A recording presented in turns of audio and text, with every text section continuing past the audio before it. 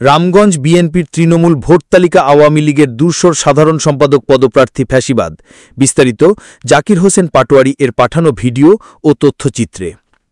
রামগঞ্জ বিএনপির তৃণমূল ভোটার তালিকায় আওয়ামী লীগের দুঃসর ফ্যাসিবাদ সরকারের প্রভাবশালী এমপির প্রোগ্রামে এমপি আনোয়ার হোসেন সাথে সাধারণ সম্পাদক পদপ্রার্থী আমির হোসেনের ছবি সোশ্যাল মিডিয়া সয়লাভ। তালিকা মনগড়া ভোটার একাধিকবার ভোটার তারিখ ঘোষণা করে আর্থিক ক্ষতিসাধন করায় প্রতিবাদ সভা করেন দরবেশপুর ইউনিয়নের আলিপুর ৯ নং ওয়ার্ড একাংশ প্রার্থীগণ।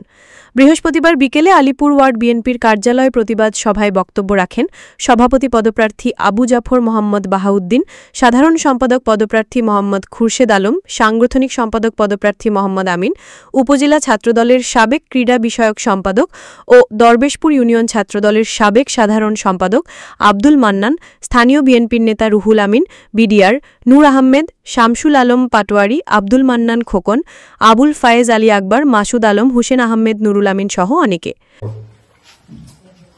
সম্মানিত নেতৃবৃন্দ, আমি আরো উল্লেখ করতে চাই, আমাদের ভোটার লিস্টে আওয়ামী লীগের অনেক নেতৃবৃন্দের নাম দেখা যায়।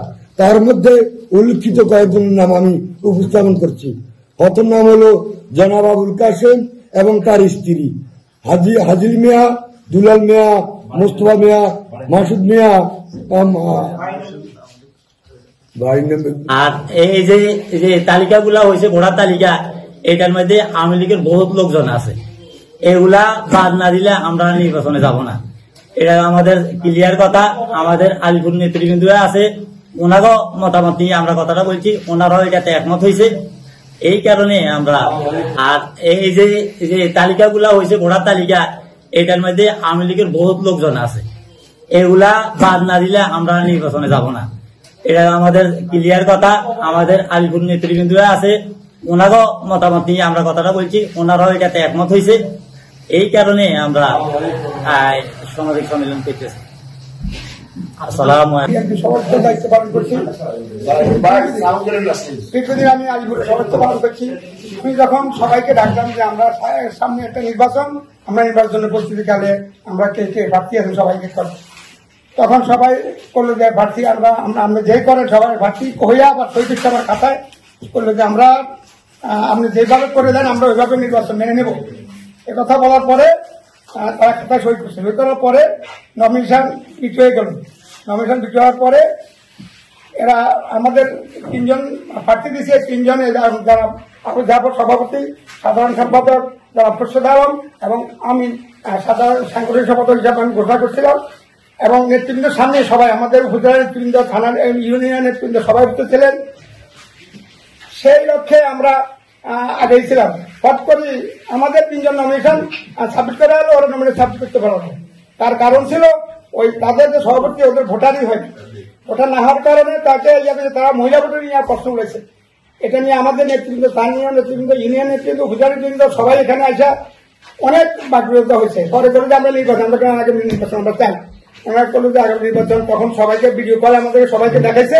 দেখানোর পরে গেল পরে ওরা কমপ্লিট করছে মহিলা ভোটার বেশি। মহিলা ভোটার কারণে আর আওয়ামী লীগের প্রতিবাদী কিছু লোকের নাম ঘোষণা করছি। আর আমার ওয়ার্ডের একজন সমন্বয়ক আছেন, তিনি আওয়ামী লীগের, ওনাকে সমন্বয়ক বানাচ্ছে কারা বা কিভাবে করলো, উনি আবার একটা ভোট পূরণ করছে। উনি একটা বই বিএনপি পূরণ করছে, ওই দিকে সব ইয়ে করে দিচ্ছে। আমি ওই বইটা আমাদের পাইনি, আমরা একটা বই এখনো পাই নাই, যে কারণ আমাদের ভোটার লিস্টের থেকে যে কটা বই পূরণ হয়েছে তার মধ্যে একটা বইটা নাই। আমাকেও ভোটার বানিয়েছে, পরে আমাকে ভোটার বানাইছে ইমামুদ্দিন ভাই সহ ফোন করে আমার ইয়ে করছে, আমাদের কয়েকজন 7-8 জনকে বানিয়েছে। কিন্তু আমার 30 জনের ভোটার আমার এলাকার পুরুষ ভোটার কেটে দিয়েছে। এই লক্ষ্যে আমরা আগামী কালকে নির্বাচন ঘোষণা করতে, কালকে 8:30 না 9টার দিকে নির্বাচন ঘোষণা করতে, আমরা এই নির্বাচন করতে এখন সম্ভব না। আমাদের 7 নং দরবেশপুর 9 নং ওয়ার্ড 8 জুন 22 জুনে আমাদের নির্বাচনটা এখানে স্থগিত করা হয়েছে। যে মহিলা ভোটার বেশি, এই কারণে আমাদের ভোটটা স্থগিত করছে। আমরা চাই যে কারণে আমাদের ভোট স্থগিত করা হয়েছে এগুলা সংশোধন করা ছাড়া আমরা এই ভোট মহিলা ভোটার বেশি। মহিলা ভোটার কারণে আর আওয়ামী লীগের প্রতিবাদী কিছু লোকের নাম ঘোষণা করছি। আর আমার ওয়ার্ডের একজন সমন্বয়ক আছেন, তিনি আওয়ামী লীগ ওনাকে সমন্বয়ক বানাচ্ছে কারা? প্রতিনিধি নির্বাচনকালীন সময়ের কিছু বিষয়বস্তু নিয়ে আজকে আমাদের এখানে উপস্থিত হতে হচ্ছে। এটা অত্যন্ত আলিপুর বিএনপির জন্য সবচেয়ে দুঃখজনক এবং দুঃখ ভরা ক্লান্ত নিয়ে মন নিয়ে আজকে আমাদের এই সংবাদ সম্মেলন করতে হচ্ছে, যেটা আমরা কখনোই প্রত্যাশা করিনি। একজন বিএনপির নিবেদিত কর্মী হিসেবে এটা আমাদের জন্য খুব লজ্জা।